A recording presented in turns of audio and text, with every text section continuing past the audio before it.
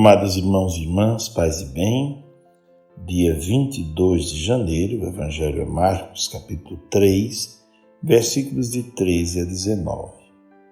Naquele tempo, Jesus subiu ao monte e chamou os que ele quis, e foram até ele. Então Jesus designou 12 para que ficassem com ele e para enviá-los a pregar, com autoridade, para expulsar os demônios. Designou, pois, os 12, Simão, a quem deu o nome de Pedro, Tiago e João, filhos de Zebedeu, aos quais deu o nome de Boanerges, que quer dizer filhos do trovão, André, Filipe, Bartolomeu, Mateus, Tomé, Tiago, filho de Alfeu, Tadeu, Simão, o cananeu e Judas Iscariotes, aquele que depois o traiu.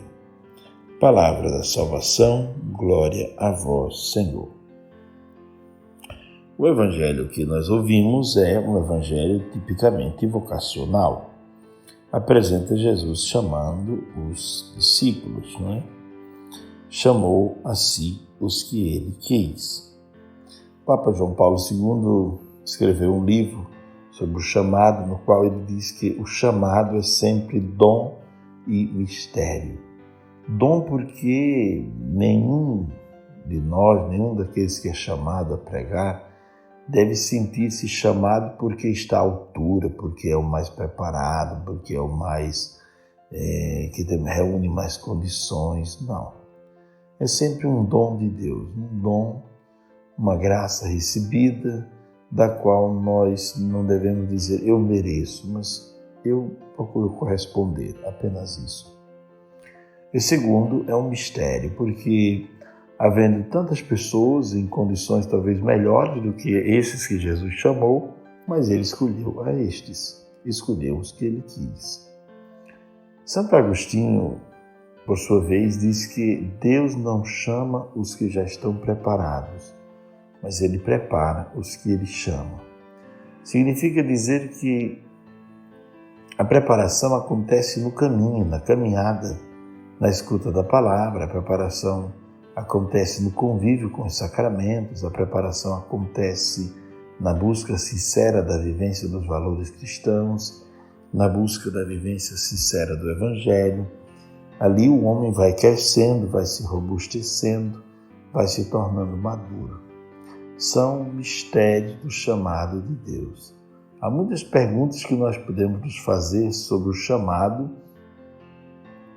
e depois sobre o desenrolar-se dessa missão com os 12. Por exemplo, por que Jesus chamou Judas, se ele sabia tudo? E desde o começo já notava que Judas era uma pessoa de inclinações um pouco esquisitas. Por que chamou Judas? E por que deu a Judas atenção especial e amor especial até na última ceia? São os mistérios de Deus, mistérios de amor. Uma outra pergunta.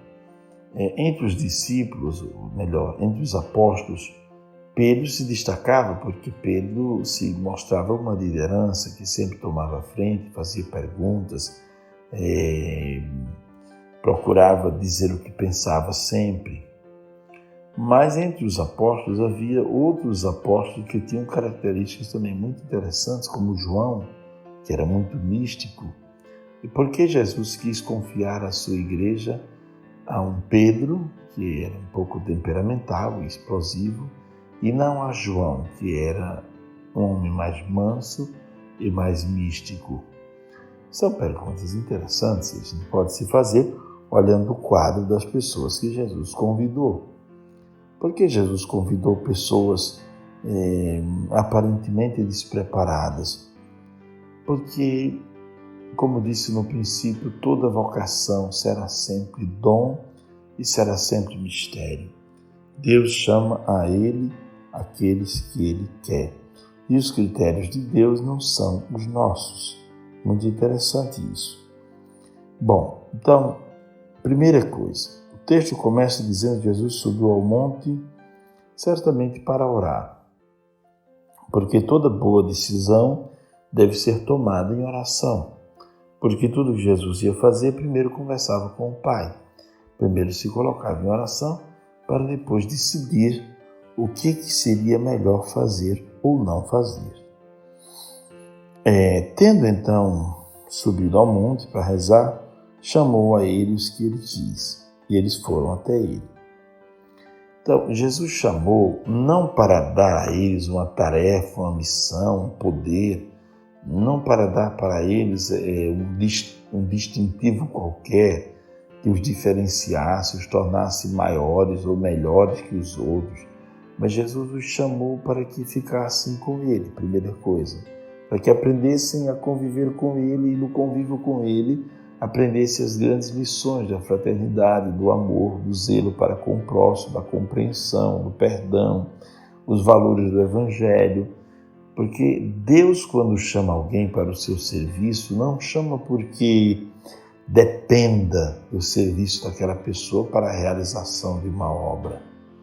Deus chama porque quer aquela pessoa mais perto de si, porque quer de alguma maneira preparar aquela pessoa, quer torná-la melhor. Quando recebemos de Deus uma tarefa, devemos sempre imaginar se essa tarefa é para o nosso maior bem, para a glória de Deus, e se sairemos dela mais santos, mais puros ou melhores. Se você for receber na igreja algum tipo de tarefa, de lugar, de serviço ou de espaço, que você veja que não é bem conseguido, não foi conseguido com amor, mas foi conseguido através de alguma coisa meio esquisita que não vem de Deus. Então, se não nasceu de Deus, não vai longe, não vai bem também. O final também não será bom. Tem que nascer do coração de Deus e tem que nascer não de uma política vazia do Evangelho, mas nascer de um serviço sincero e abnegado ao Evangelho, o convite para servir a Deus em determinado setor. Porque Deus não nos chama e não quer que pensemos o serviço da igreja como patamares para estar acima de alguém, para ditar normas, para reger as pessoas, para orientar, para dizer assim, você tem que fazer assim ou assim, não é? Mas o chamado vai numa outra direção, para sermos colaboradores, né, do pastoreio. Veja que os discípulos muitas vezes vão se escandalizar com Jesus quando ele apresenta a proposta. Por exemplo, do lava-pés, quando ele lava os pés das pessoas, dos apóstolos, né, e eles percebem que eles terão depois que lavar os pés da humanidade. Eles não se conformam, não aceitam facilmente essa tarefa de lavar os pés da humanidade. Depois, na multiplicação dos pães, quando Jesus manda que a multidão se sente, e ali, normalmente numa ceia, se sentavam os livres e os escravos serviam, e quando Jesus mandou a multidão sentar-se, os discípulos se perguntaram, mas e aí, quem vai servir? Somos nós? Sim, são vocês, a nossa missão é servir. Então, se eles são os livres, nós vamos nos comportar como se fôssemos escravos, embora não sejamos, vamos fazer um serviço por amor. Então Jesus foi aos poucos mostrando aos discípulos que a sua missão, que o seu chamado era para torná-los pessoas melhores, para torná-los pessoas mais santas, mais puras. Não se tratava de dar uma tarefa ou de dar a eles um status, não se trata disso. A vocação é, antes de tudo, uma oportunidade para crescimento humano, afetivo, espiritual. Devemos pensar sempre nessa linha e não na linha de quem quer usar o serviço para se promover, ou para aparecer, ou para ganhar status. Muitas vezes nós nos deparamos com pessoas assim e devemos pedir a Deus todos os dias a graça de nos conservar livres desse desejo. Certa vez o cardeal Ugolino chamou Santo Antônio de Pádua, que era apenas padre, e disse, eu gostaria de fazer o bispo e cardeal. Depois o Ugolino tornou-se papa, né? E Santo Antônio disse, desculpe, eu tenho muito medo de perder aquilo que eu arrumei com tanto trabalho, aquilo que eu consegui com tanto trabalho, eu tenho medo de perder. E Santo Antônio tratava do medo de perder o quê? A santidade, do medo de perder a simplicidade, do medo de perder o serviço em primeiro lugar e de colocar talvez algum tipo de honraria, de glória. Então ele tinha medo de perder a santidade, de perder a amizade, a comunhão com Deus por conta de cargos, de carreiras, de coisas que não têm nada a ver com o Evangelho, né? Devemos refletir bastante sobre isso e pensar que o chamado de Deus maior é para estar com Ele e para a santidade, e não para ocupar postos de serviço, de notoriedade, para mandar ou desmandar.